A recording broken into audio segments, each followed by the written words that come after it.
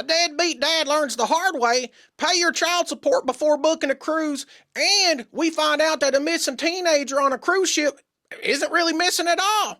That and a whole lot more on the weekend update. Cruise news, let's go! Ah, the allure of a cruise.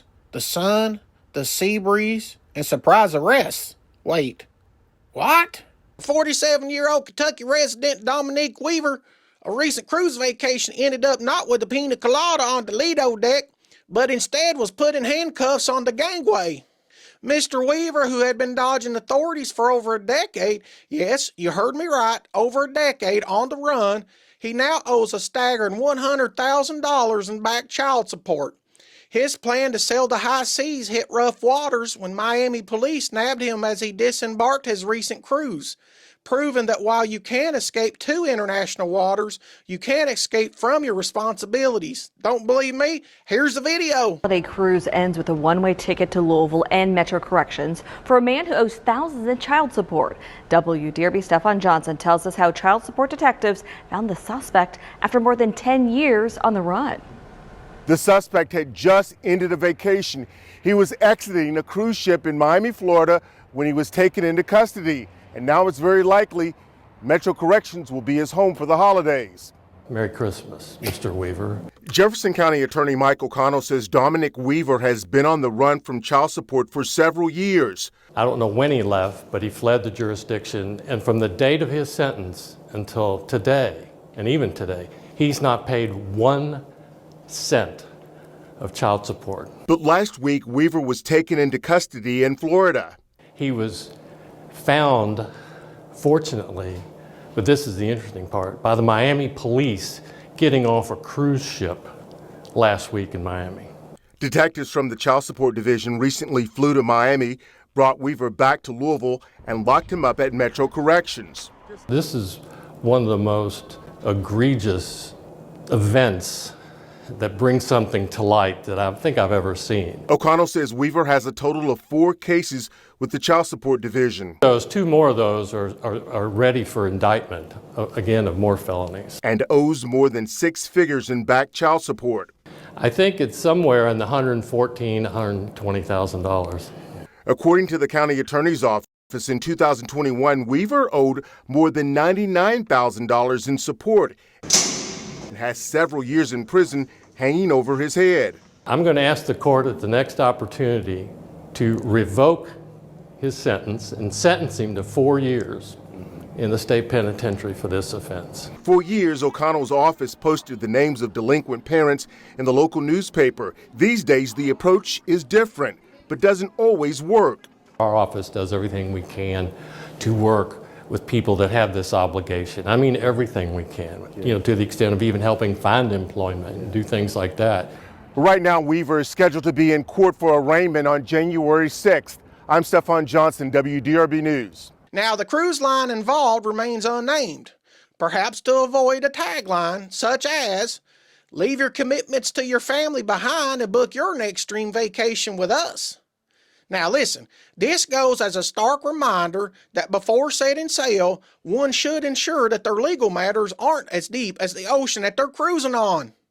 Now, Mr. Weaver is scheduled to appear in court on January the 6th, 2025.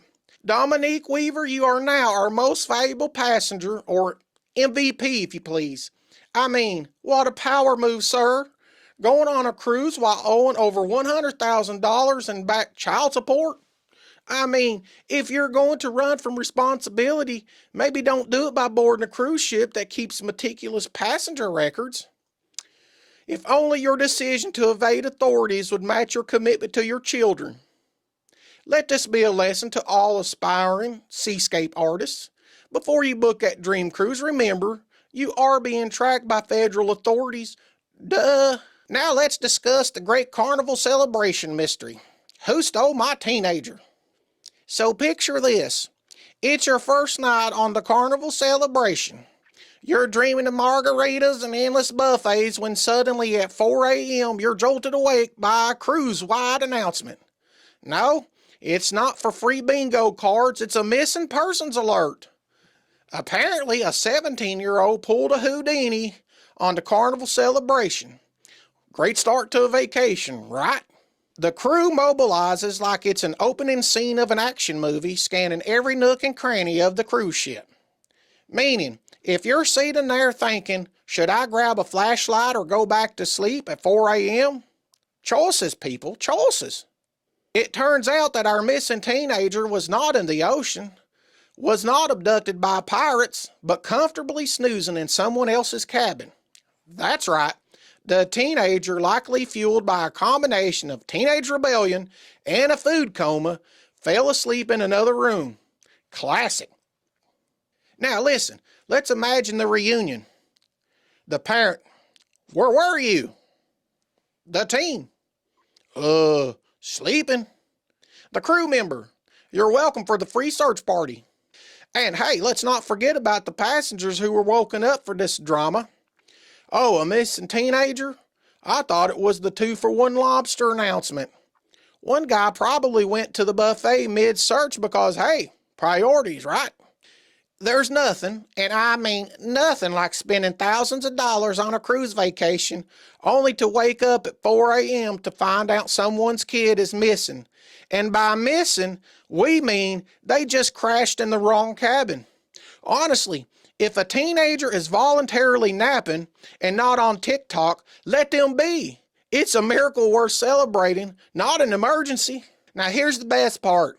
The ship carried on to Cozumel, Costa Maya, and Roatan like nothing happened. Just another day at sea. Meanwhile, that teen's family is probably currently writing a mental list of all the chores that they'll be assigned whenever they get home. Listen, the moral of this story is, if you're going to disappear on a cruise, at least do it near the midnight buffet station so no one worries, okay? Oh, and parents, maybe invest in an AirTag for your kid next time around. And finally, because $16 a day is apparently too much to pay for gratuities, ladies and gentlemen, welcome to the great tipping debate of 2024. Our drama begins when a Carnival Cruise guest took to Facebook to complain about being guilted into tipping crew members. Yes, you heard me right.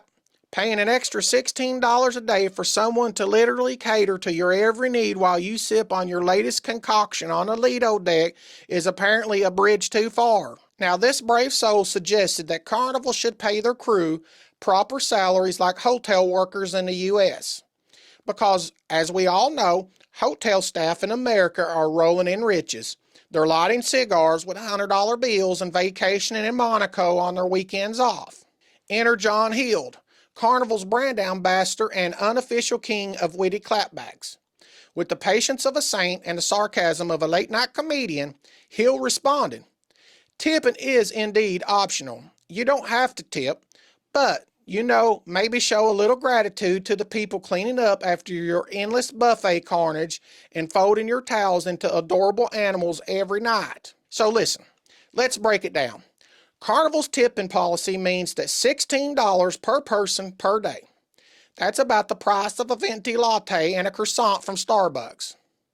For that, you're getting housekeeping, bartenders, waitstaff, and a team of miracle workers who somehow keep smiling even when you've asked for one more refill 17 times later. Now, if you're in a suite, it's $18 a day because luxury isn't free, Karen. The complaining guests argued that tips should be built into the cruise price. Now, is that fair? Sure, let's just go ahead and jack up the ticket prices so we can avoid a $16 daily burden.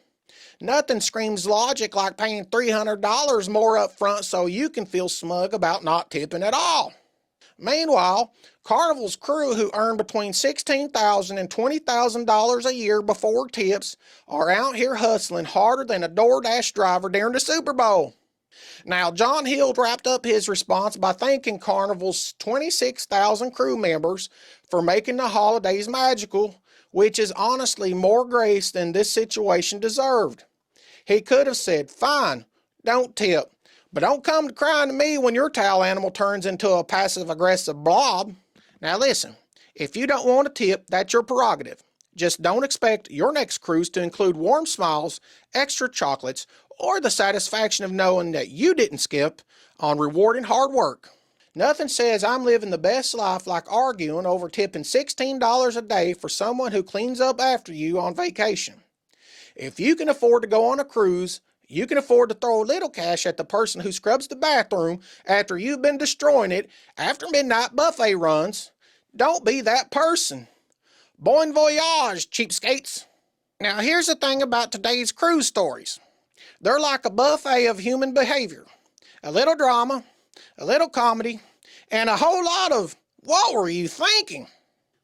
Listen, cruises seem to bring out the best and the most ridiculous in people. From misplaced teenagers to misplaced priorities, looking at you, Mr. Back Child Support. The next time you're on a ship, remember, tip your crew, keep your kids in their cabin, and maybe, just maybe, settle your debts before booking that ocean getaway. I'm Jerry Jenkins, and this has been this week's Cruise News Weekend Update. Now, if you like this video, make sure you check out this video right here, or here, or somewhere on here. And as always, God bless you and God bless America. I'm out.